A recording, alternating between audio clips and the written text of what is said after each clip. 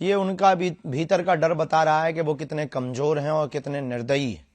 अगर हमको मस्जिदें तोड़कर मंदिर बनाना होता तो इतने मंदिर के जितने पुजारी हैं वो ही अभी तक खत्म कर देते मस्जिदें। हमें मस्जिदें नहीं, मस्जिदों पे मंदिर नहीं बनाने, जहां हमारे मंदिर थे हमें वहां मंदिरों के पुनर्निर्माण करवाने। अब उनको अगर ये डर है तो भगवान करे उनका डर बरकरार रहे। जी, एक सवाल और है सीए एनआरसी को लेकर के कि इस देश में सीए लागू हो, कुछ लोग इसका विरोध करते हैं। एक तबका कहता है कि उसके खिलाफ है, एक विशेष धर्म के खिलाफ है। विशेष धर्म के खिलाफ नहीं है, इसमें बहुत न्याय प्रणाली के साथ सीए का प्रयोग है।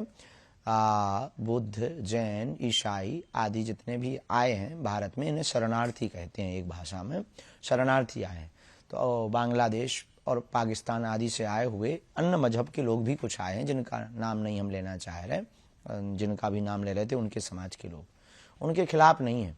पर उनके लिए एक बहुत सुंदर तर्क है कि तुम अपना देश छोड़ के क्यों आए, क्या आवश्यकता थी? भाई हमारे घर में भोजन भाजन की बढ़िया व्यवस्था होगी तो हम पड़ोसी के घर क्यों डेरा डालेंगे? या तो कोई तुम्हारा षड्यंत्र है, या फिर तुमको कोई कान भर रहा है, या कोई इंटरनेशनल साजिश है। तो बढ़िया है, सीए बहुत बढ़िया है। शास्त्री जी, एक राजनीतिक सवाल है, क्योंकि 2024 में लोकसभा के चुनाव भी होने हैं, राम मंदिर का निर्माण हो रहा है, ये आकलन है कि इसका प्रभाव भी रहेगा लोकसभा के चुनाव पे। आपको क्या लगता है, भारतीय जनता को जो वोट देने जाएगी, क्या उसको नरेंद्र मोदी को एक और चांस देना चाहिए? हम राजनीति पर टिप्पणी तो नहीं करते, न राजनेता पर टिप्पणी करते। जो राष्ट्रहित की बात कर रहा, राष्ट्रहित के लिए बोल रहा, राम राज्य की स्थापना के लिए जी रहा, ऐसे व्यक्ति को भारत के संपूर्ण वोटरों को स्वविवेक के साथ अपनी मति के अनुसार वोट देना चाहिए। अब किसको देना चाहिए ये तुम्हारा विवेक, हमारे कहने से आपको वोट देना नहीं। और हम राजनीति पर टिप्पणी करके काहे को बेफिजूली में फंसे।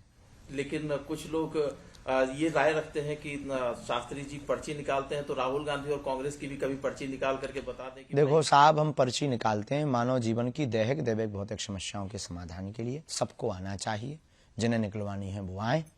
अब आपके कहने से नहीं हम निकालेंगे, जिनको निकलवानी है वो हमारे पास आए, हम बिल्कुल बारे में उनके बताएंगे। जो हमें चेतना के बल पे, शक्ति के बल पर पता लगेगा, हम बोलेंगे और जो बोलेंगे वो सत्य होगा। ये हनुमान जी की कृपा। एक सवाल है कि जो आज की वर्तमान जो आज का राजनीतिक परिदृश्य है, जिसमें कई अलग अलग मोर्चों पर काम हो रहे हैं, क्या आकलन है आपका इस सरकार को लेकर के जो ये काम कर रही है? मैं किसी पार्टी की बात नहीं कर रहा, किसी नेता की बात नहीं कर रहा। इस पर अभी हम कुछ कह नहीं सकते जी, एक सवाल आखिरी है, चूंकि राम अयोध्या में आ रहे हैं, अपने भवन में जा रहे हैं, राम राज्य को लेकर के कि राम राज्य की स्थापना कैसे हो, सिर्फ राम के आने से राम राज्य की स्थापना नहीं होगी, क्या संदेश देना चाहेंगे आप?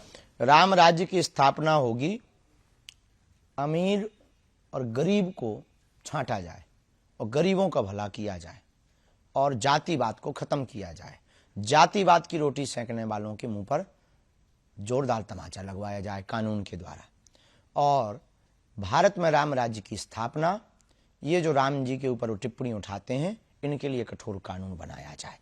अगर आप ये वीडियो YouTube पर देख रहे हैं तो हमारे चैनल को सब्सक्राइब करें और बेल आइकन को दबाना ना भूलें। अगर आप Facebook पर ये वीडियो देख रहे हैं तो हमारे पेज को लाइक करें।